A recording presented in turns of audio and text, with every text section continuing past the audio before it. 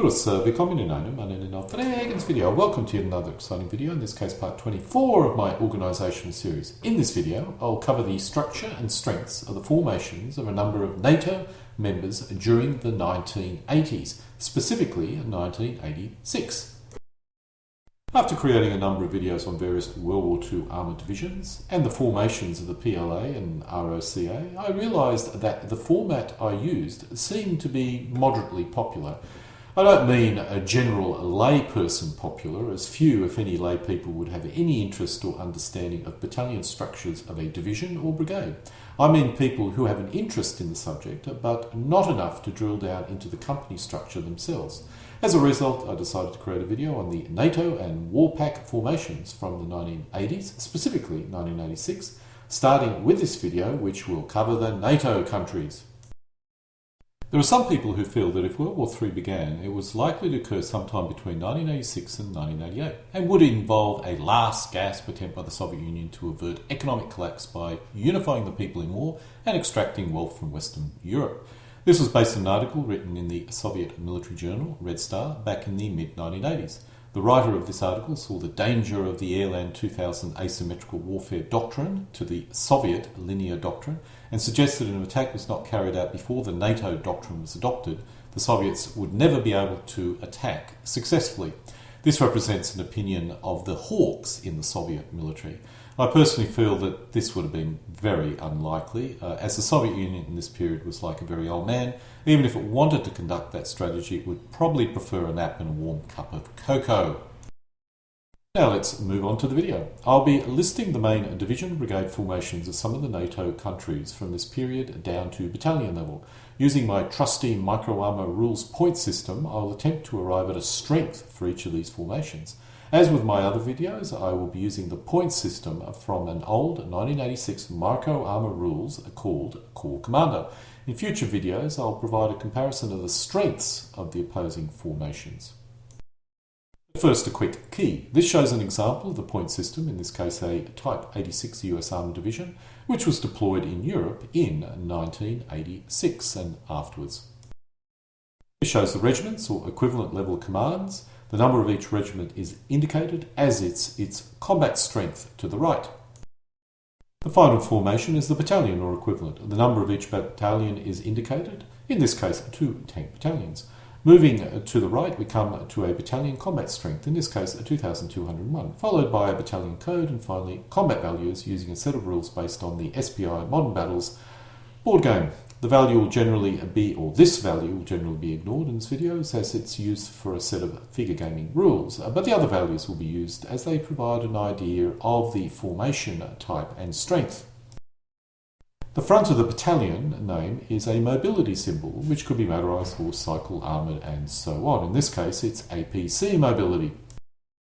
For some of the battalions, an idea of the weapon within is provided. In this case, this is a battalion which consists of 155mm howitzers.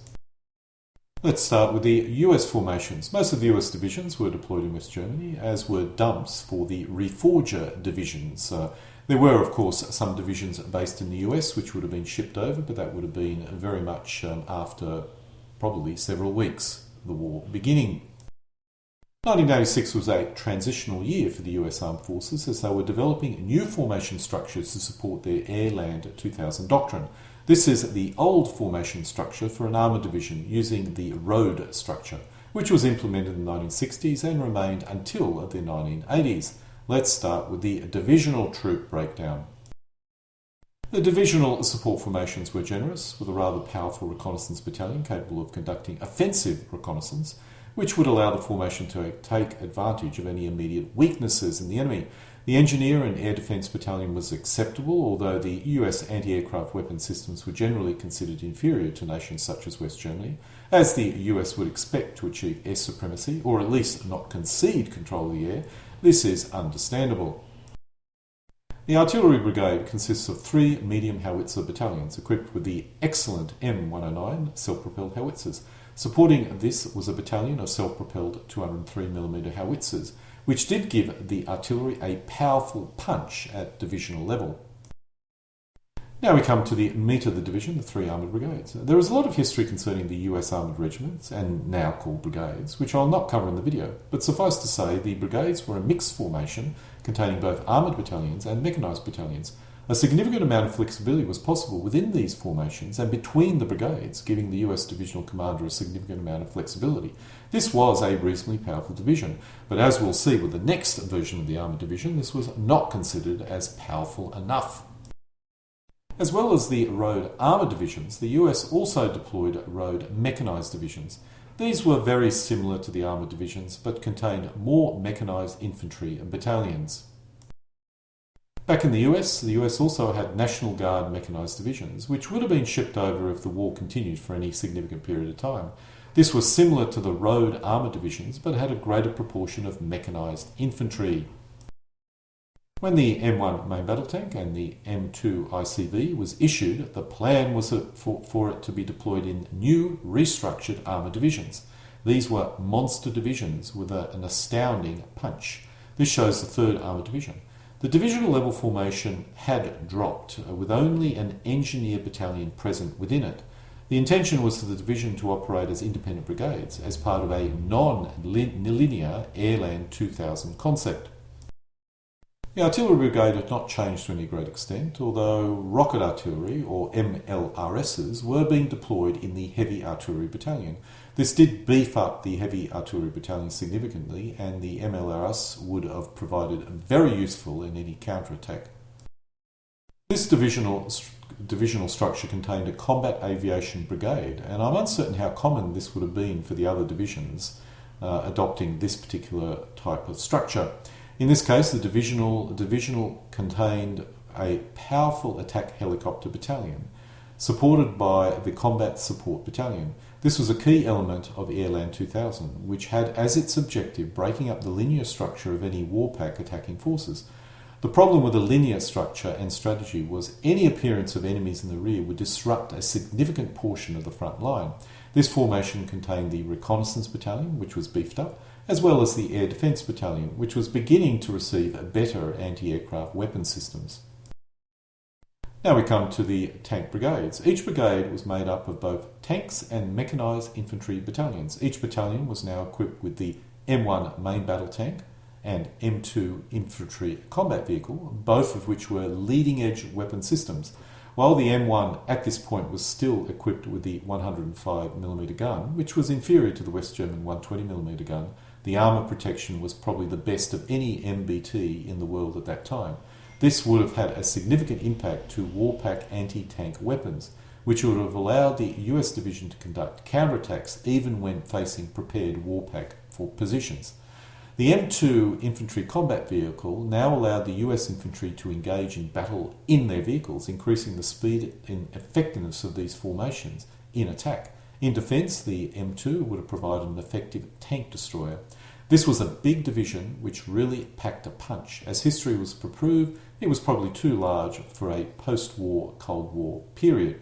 But if the Cold War went hot, it would have been a division which would have caused the Soviets a lot of concern.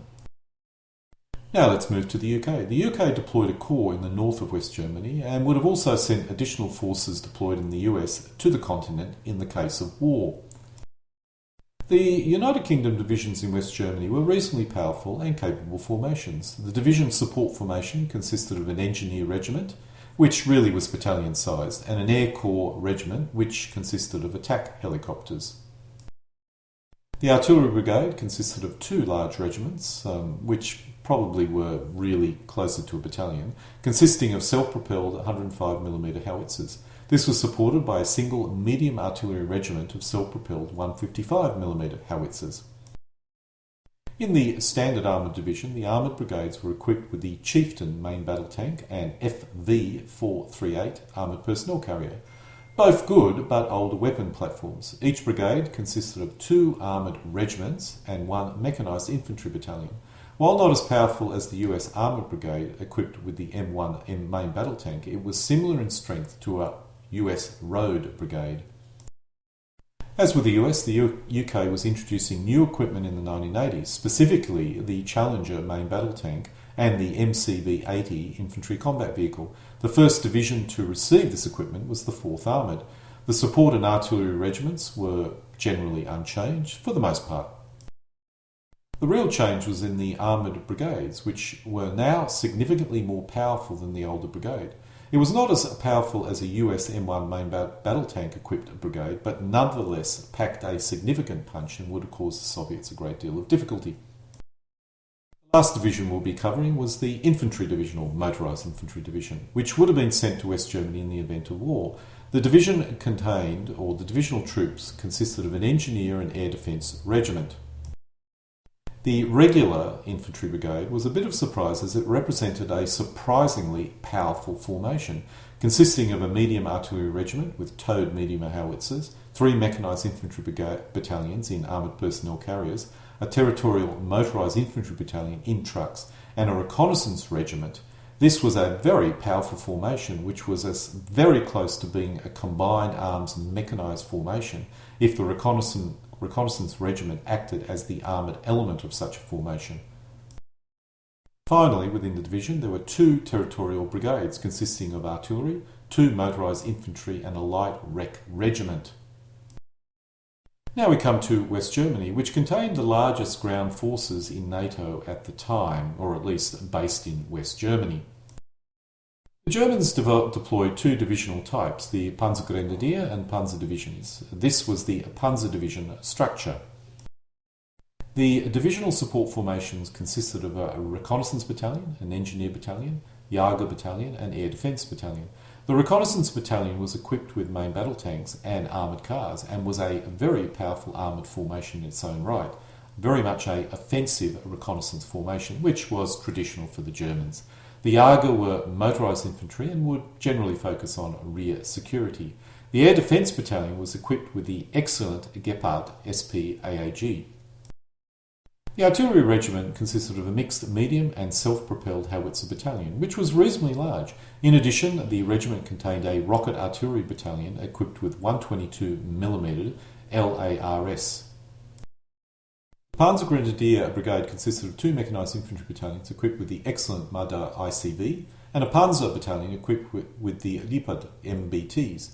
The combined battalion was a mix of tank and infantry companies and was, as its name implied, a combined battalion. The concept was tried back in the 1960s when the US created their pentomic structure, and today is very common in the Russian and Chinese armies, but was unusual nonetheless, particularly for NATO.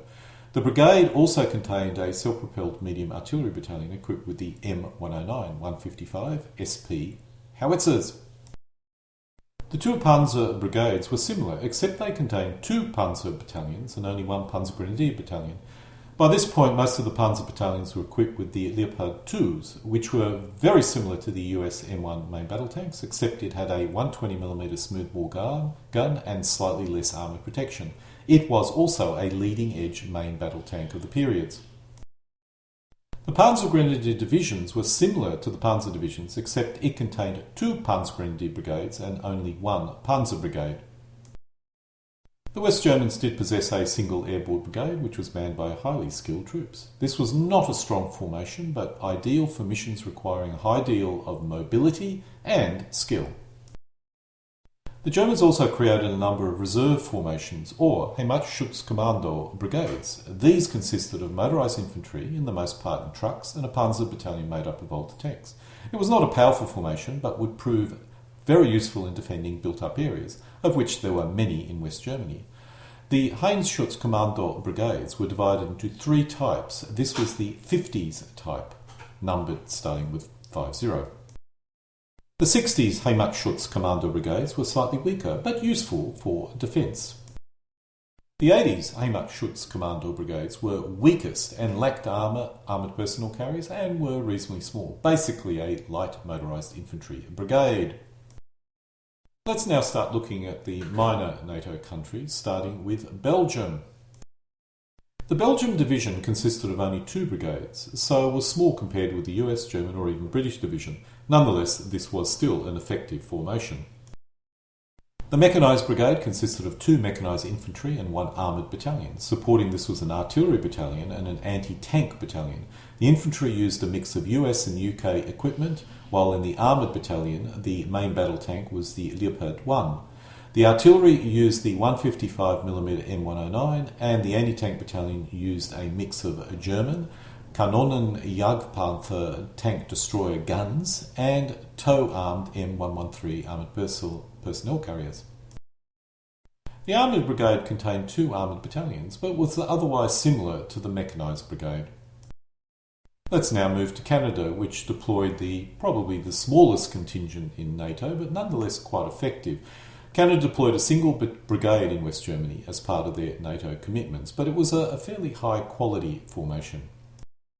The Canadian brigade was small but well-equipped and highly trained brigade in Europe. The brigade contained an engineer and an artillery battalion, with the artillery using the all-too-common M109 155mm self-propelled howitzer. The brigade also contained a helicopter battalion consisting of the CH-136 Kiowa, which provided reconnaissance and some minimal offensive capability. The core of the brigade was its 2 mechanised infantry battalions and armoured battalions. The infantry used the M113 armoured personnel carrier and the armoured used the Leopard 1s. Let's move on to the next minor nation, Denmark. Denmark, like West Germany, was probably a likely target of any initial Warpack invasion, or in this case it would be probably conducted using airborne and amphibious forces. The Jutland Division was the main regular army division of the Danish army. On paper the brigades were reasonable, although there was some reports of poor training and preparedness, so I'm uncertain how effective this formation would be in any initial invasion. I would suspect they would quickly ramp up to be a highly effective formation if given some time. The divisional support formation consisted of an engineer and air defence battalion. Both used trucks to carry or tow the weapons. The artillery regiment contained a medium battalion of 155 M109s and truck-towed guns, and a heavy battery of 203mm towed howitzers. The main element of the division were its 3 mechanised brigades. This contained a battalion of 155 M109 self-propelled howitzers and armoured battalions equipped with Leopard 1 main battle tanks, a battalion of mechanised infantry mounted in M113 armoured personnel carriers, and a battalion of infantry and trucks. The strength of the brigade was respectful when compared with other brigades used in NATO.